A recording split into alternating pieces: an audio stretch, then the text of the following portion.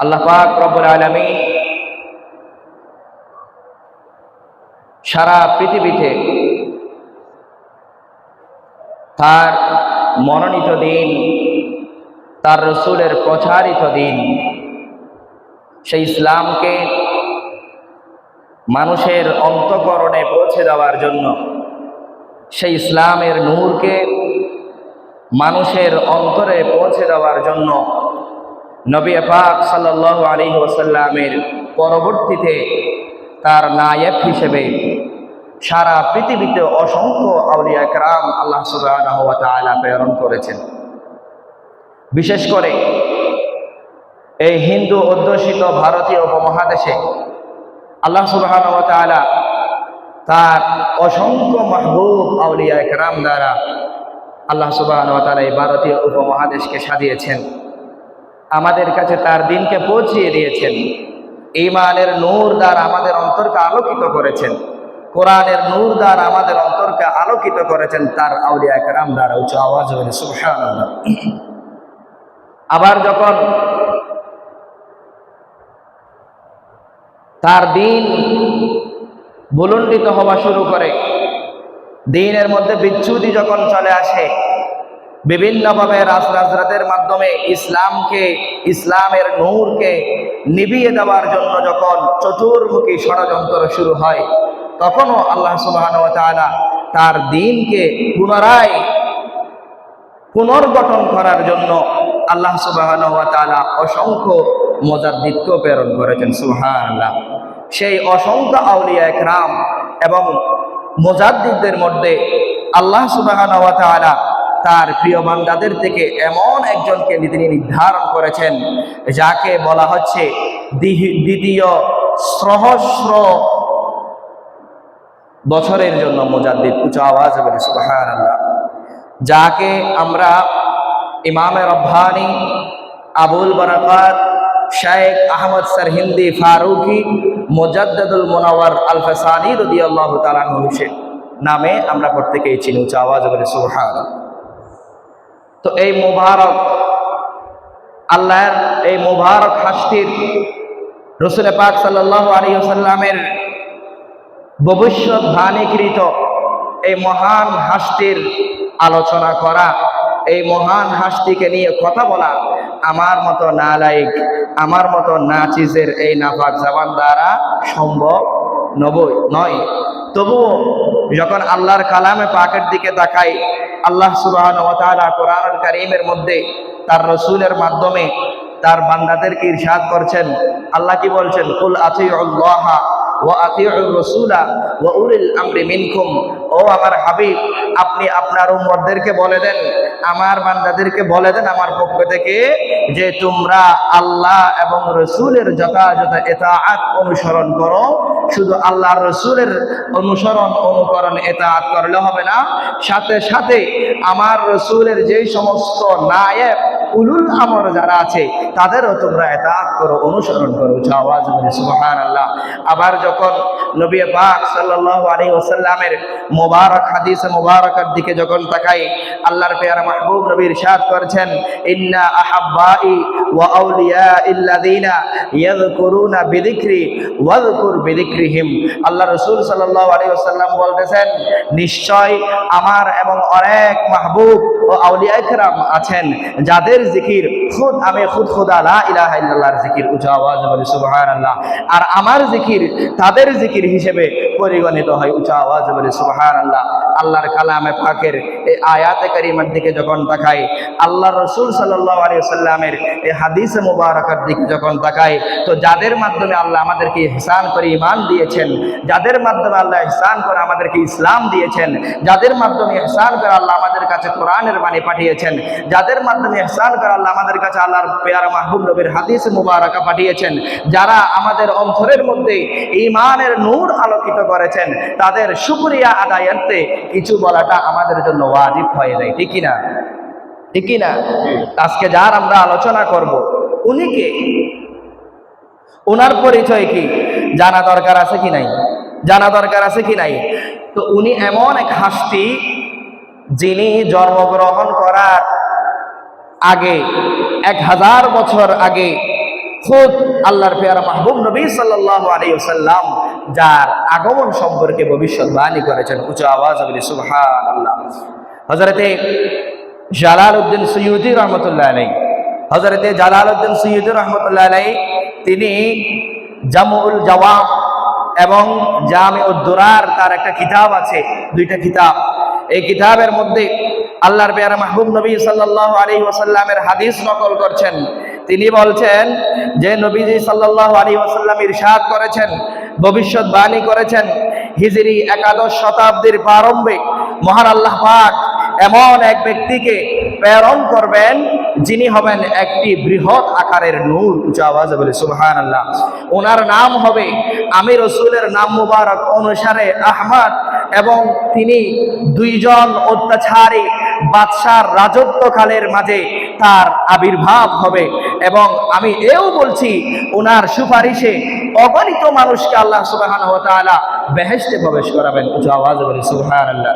তিনি আবার হাদিস বর্ণনা করছেন, তিনি বলছেন আল্লাহর পেয়ারা মাহবুব নবী ইরশাদ করেছেন এবং ভবিষ্যৎবাণী করেছেন, আমার উম্মতের মধ্যে এমন এক ব্যক্তি আগমন করবেন যাকে সিলাহ উপাধি দেওয়া হবে, যার উপাধি হবে সিলা।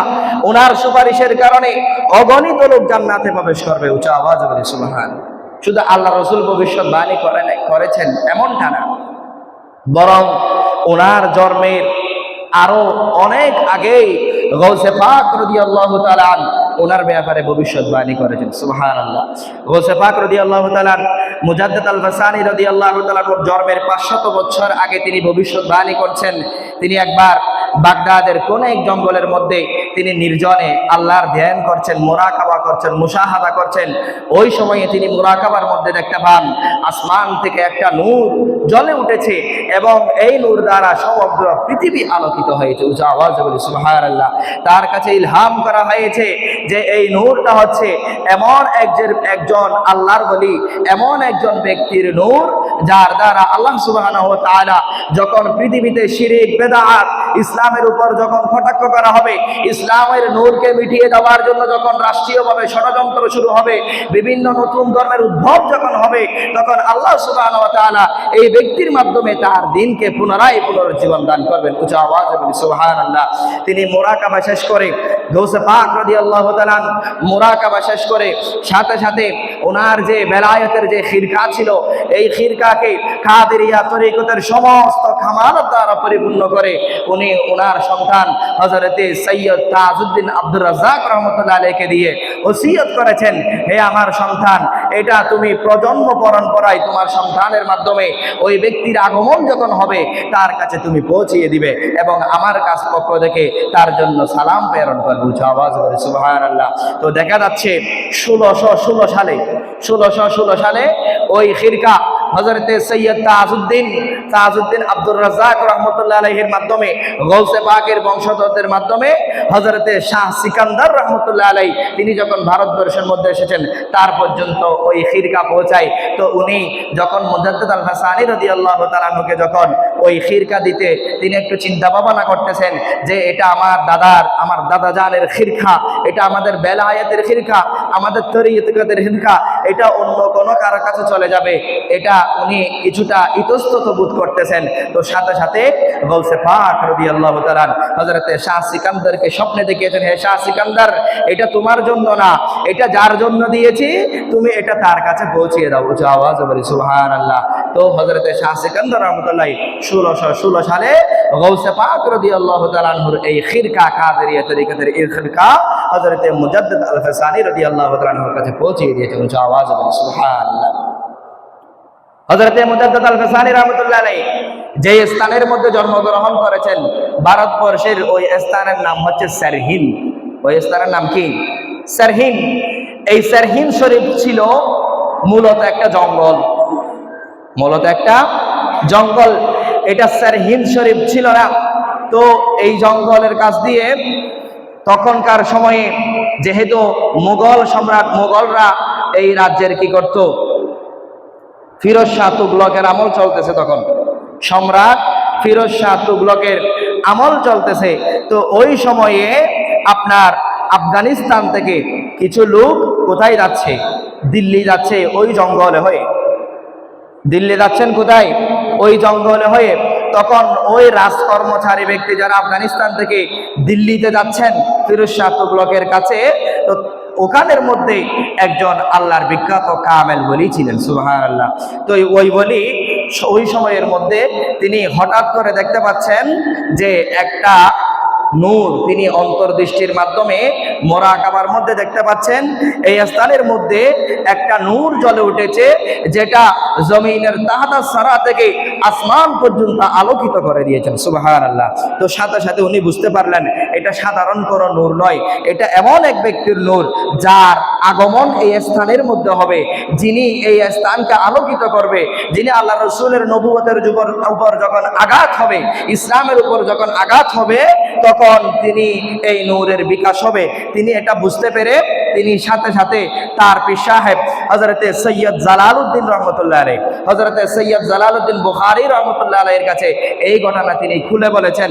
খুলে বলার সাথে ফিরোজ শাহ তুগলকেরও পীর সাহেব ছিল হযরতে সৈয়দ জালালউদ্দিন বুখারী রহমতুল্লাহ আলাইহি। তো হযরতে সৈয়দ জালালউদ্দিন বুখারী রহমতুল্লাহ আলাইহি তিনি অত্যন্ত গোপনে ফিরোজ শাহ তুগলককে এই সংবাদ দেন যে, তিনি বলেন যে হিজরি 760 সাল থেকে, হিজরি 760 সাল থেকে আমাদের এই তরিকার মধ্যে ধারাবাহিকভাবে এই ওসিয়ত চলে আসতেছে যে রাসূল পাক সাল্লাল্লাহু আলাইহি ওয়াসাল্লামের জমানার ঠিক 1000 বছর পরে হিন্দুস্তানে একজন বুজুর্গ ব্যক্তি, একজন আল্লাহর ওলি জন্মগ্রহণ করবেন।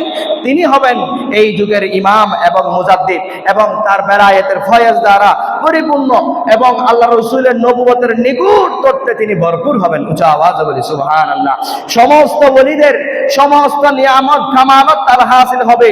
এবং আমি খবর পেয়েছি আমার একজন মুরিদের মাধ্যমে অমুক জঙ্গলের মধ্যে ওই রূপ ব্যক্তির বিকাশের স্থান বলে আজকে আমি জানতে পেরেছি। উচ্চ আওয়াজে বলি সুবহানাল্লাহ। তো তিনি নির্দেশ দিয়েছেন, হে বাদশাহ ফিরোজ শাহ তুগলক, তিনি হযরতে সৈয়দ জালালউদ্দিন বুখারী রহমতুল্লাহ আলাইহির পীর সাহেব ছিলেন, বলতেছেন আপনাকে এই স্থান আবাদ করতে হবে, এই জঙ্গল আবাদ করতে হবে। উনি আসবেন আরো অনেক পরে, আরো 300-350 বছর পরে আসবে, কিন্তু তার জন্য শামিয়ানা আপনাকে সাজাতে হবে। উচ্চ আওয়াজে বলি সুবহানাল্লাহ।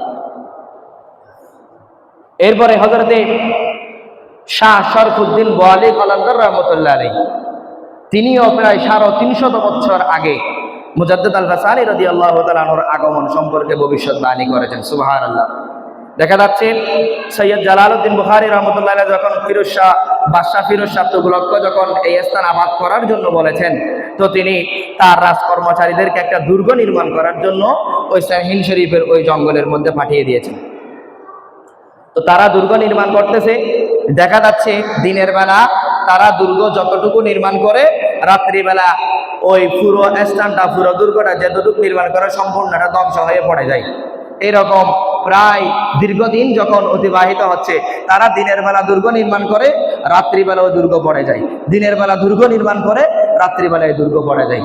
তো রাজকর্মচারীরা অতিষ্ঠ হয়ে শেষ পর্যন্ত ফিরোজ শাহ তুগলকের কাছে আসেন। তো ফিরোজ শাহ তুগলক তার পীর সাহেব হযরতে সৈয়দ জালালউদ্দিন বুখারী রহমতুল্লাহ আলাইহির কাছে তিনি এই সংবাদ পাঠান যে, আপনি যে বলেছেন এই স্থান আবাদ করার জন্য, তো সেখানে আমি দুর্গ নির্মাণ করতে দিয়েছি, কিন্তু দুর্গ দিনের বেলা যতটুকু নির্মাণ করে, রাতের আধারে পুরোটাই ধ্বংস হয়ে যায়। তো জালালউদ্দিন বুখারী রাহমাতুল্লাহ আলাইহি ওলিরা ওলি চিনে, তিনি সেটা বুঝতে পেরেছেন। তো তিনি তার একজন মুরিদের ভাই হযরতে খাজা সৈয়দ রফিউদ্দিন রহমতুল্লাহ আলাইহিকে তিনি তার খামালত বেলায়েতের সবকিছু দিয়ে তাকে ওই দুর্গ নির্মাণ করার জন্য সেখানে পাঠিয়ে দেন। সুবহানাল্লাহ। তো তিনি শাহীন শরীফের মধ্যে গিয়ে তিনি যারা কাজকর্ম করতেছে সেখানে তিনি অবলোকন করে, মুরাকাবা মুশাহাদা করে বুঝতে পেরেছেন এখানে একজন আল্লাহর ওলি আছে যাকে রাজকর্মচারীরা জোর জবরদস্তি করে এই দুর্গ নির্মাণের কাজ করাচ্ছে। সুবহানাল্লাহ। তিনি হচ্ছেন হযরতে শাহ শরফুদ্দিন বোয়ালি কলন্দর রহমতুল্লাহ আলাইহি। তিনি হযরতে শরফুদ্দিন বোয়ালি কলন্দরকে তিনি খুঁজে বের করেছেন। কে?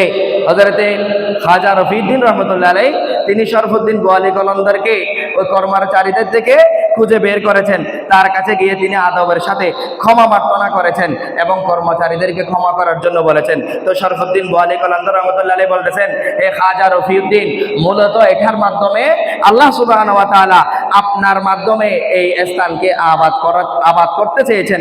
আপনাকে আল্লাহ এখানে আনতে যাচ্ছেন বিদায় এই ঘটনাটা সংঘটিত হয়েছে। হে রফিউদ্দিন, আমি তোমাকে শুভ সংবাদ দিচ্ছি, আজ থেকে কয়েক শত বছর পরে এই স্থানে আপনারই বংশধরদের মধ্যে থেকে এমন এক ওলিয়ে বরহক জন্মগ্রহণ করবেন, যিনি হবেন যিনি বেলায়েতের সর্বোচ্চ মকাম, সবচেয়ে গৌরবময় স্থান তিনি লাভ করবেন। উঁচা আওয়াজ বলি সুবহানাল্লাহ।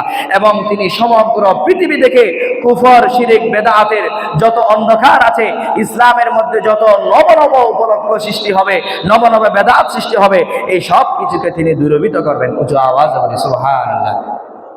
ঠিক হয় সেটা ঘটেছে, ঠিক হয় সেটা ঘটেছে। হযরতে মুজাদ্দিদ আল হাসানী রহমতুল্লাহ আলাইহি তিনি 1414 শাওয়াল 971 হিজরি 1561 সালে সারহিন্দ শরীফে তিনি জুমার রাত্রে হযরতে শাহ মখদুম আব্দুল ওয়াহাব রহমতুল্লাহ আলাইহি ঘর আলোকিত করে তিনি জন্মগ্রহণ করেছেন। উঁচা আওয়াজ বলি সুবহানাল্লাহ। ওই যে আল্লাহর পেয়ারা মাহবুব নবী ভবিষ্যৎবাণী করেছেন। জালালউদ্দিন সুয়ুতী রহমতুল্লাহ আলাইহি কিতাবের মধ্যে উল্লেখ করেছেন যে দুইজন অত্যাচারী বাদশার সমসাময়িক সময়ে মাঝখানে আমার ওই আওলাদের আগমন হবে, তার নাম হবে আমার নাম অনুসারে। ঠিক দেখা যাচ্ছে হযরতে মখদুম শাইখ আব্দুল ওয়াহাব রহমতুল্লাহ আলাইহি তার এই নবজাতক সন্তানের নাম রেখেছেন আহমদ। উঁচা আওয়াজে বলি সুবহানাল্লাহ। এবং তার কুনিয়ত ছিল আবুল বারাকাত, তাকে লকব দেওয়া হয়েছে বদরুদ্দিন। ইনি হচ্ছেন জমিনের মধ্যে প্রথম কাইয়ুম। উঁচা আওয়াজে বলি সুবহানাল্লাহ। কাইয়ুমিয়ত এটা আল্লাহর ওলিদের একটা তফকা, আল্লাহর ওলিদের একটা তফকা। উনি বাবার দিক দিয়ে 26তম অথবা 27তম গিয়ে হযরতে সাইয়্যিদনা ওমর আল ফারুক রাদিয়াল্লাহু তাআলা আনহুর বংশধর। উঁচা আওয়াজে বলি সুবহানাল্লাহ। এজন্য ওনার নামের পেছনে ফারুকি রাখা হয়। এবং মায়ের দিক দিয়ে হযরতে ইমাম আলী মুকাম সাইয়্যিদনা ইমাম হুসাইন রাদিয়াল্লাহু তাআলা আনহুর বংশধর। সুবহানাল্লাহ। হযরতে সাইয়্যিদনা ইমাম হুসাইন রাদিয়াল্লাহু তাআলা আনহুর ইনি বংশধর। তো ওনার কাজ কি ছিল? উনি সর্বপ্রথম ইলমে শরীয়ত হাসিল করেছেন, ইলমে শরীয়ত হাসিল করেছেন। ওনার বাপের পীর সাহেব হযরত আব্দুল কুদ্দুস গঙ্গাহী রাহমাতুল্লাহ আলাইহি ওনার বাবাকে নির্দেশ দিয়েছেন, হে আমার ছেলে, হে আমার বৎস, তুমি সর্বপ্রথম ইলমে শরীয়ত অর্জন করো, কারণ ইলমে শরীয়ত ছাড়া তরিকত হচ্ছে লবণবিহীন খাদ্যের মতো। সুবহানাল্লাহ। ইলমে শরীয়ত ছাড়া তরিকত হচ্ছে লবণবিহীন খাদ্যের মতো।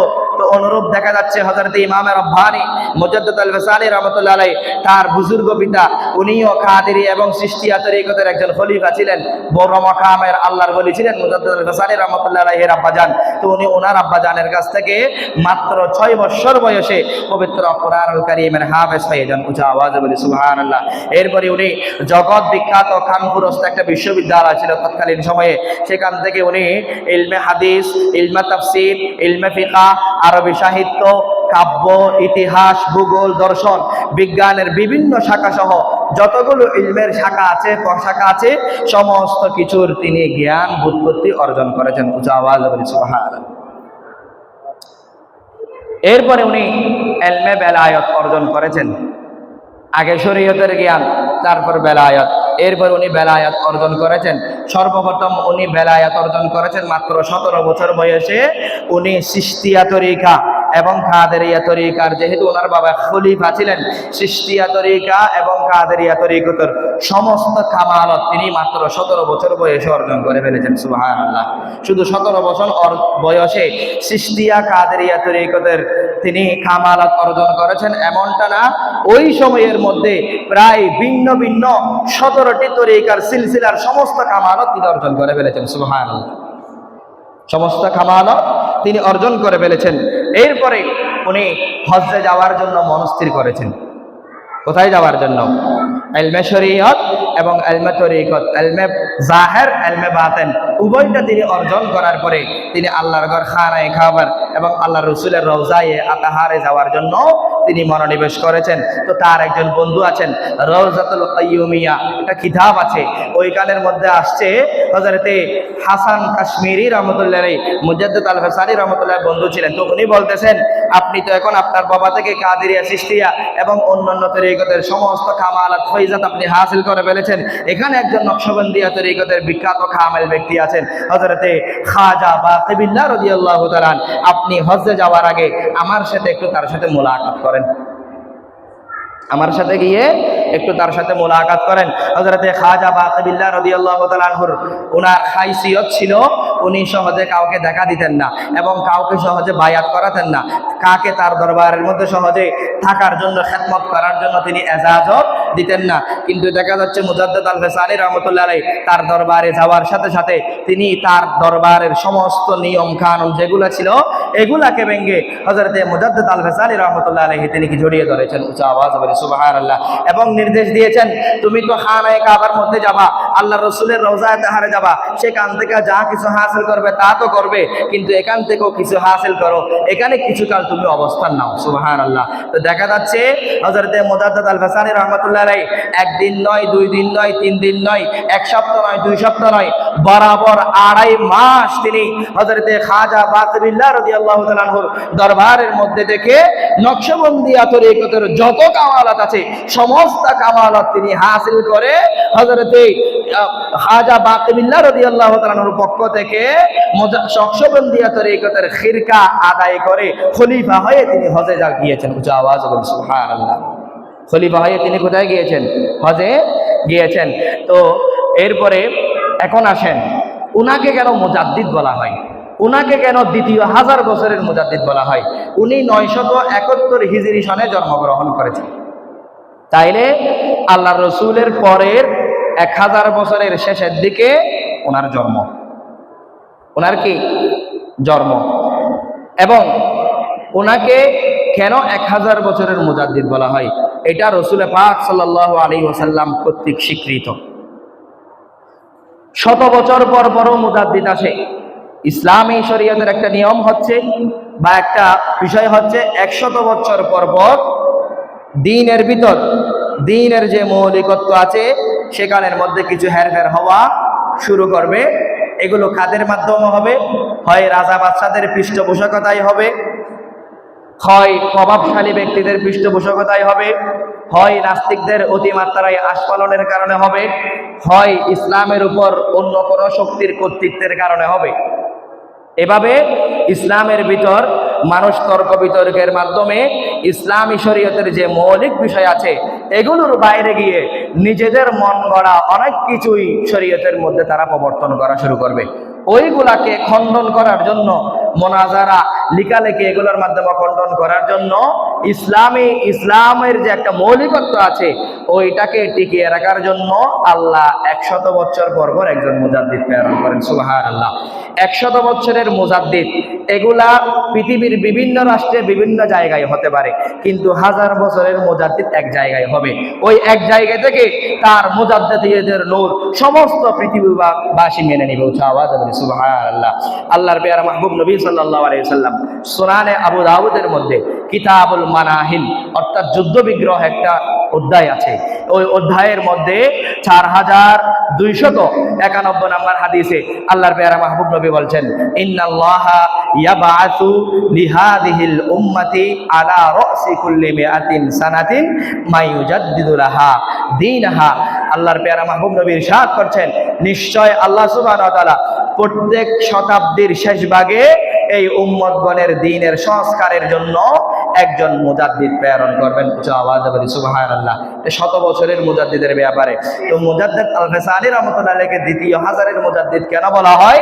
কারণ আল্লাহর পেয়ারা মাহবুব নবী ভবিষ্যৎবাণী করেছেন যে আজ থেকে 1000 বছর পরে 1000 বছর পরে আল্লাহ সুবহানাহু ওয়া তাআলা এমন এক ব্যক্তিকে আমার দ্বীনের পুনর্জাগরণের জন্য, আমার দ্বীনের সংস্কারের জন্য পৃথিবী থেকে শিরক, বিদআত, কুফর যেগুলো শরীয়তের মধ্যে প্রবেশ করবে এগুলার বিরুদ্ধে জিহাদ করার জন্য আল্লাহ এমন এক ব্যক্তিকে প্রেরণ করবেন, তিনি হবেন দ্বিতীয় সহস্র বছরের জন্য মুজাদ্দিদ। সুবহানাল্লাহ। এবং যার নাম হবে আমার নামে আহমদ। যার নাম হবে কি? আমার নামে আহমদ। আসেন, মুজাদ্দিদ আল গিসানি রাদিয়াল্লাহু তাআলা আনহু এমন একজন মুজাদ্দিদ, যার মুজাদ্দিদকে 1000 বছরের জন্য, তার সমসাময়িক এবং কিয়ামত পর্যন্তের জন্য সবাই মেনে নিয়েছেন। সুবহানাল্লাহ।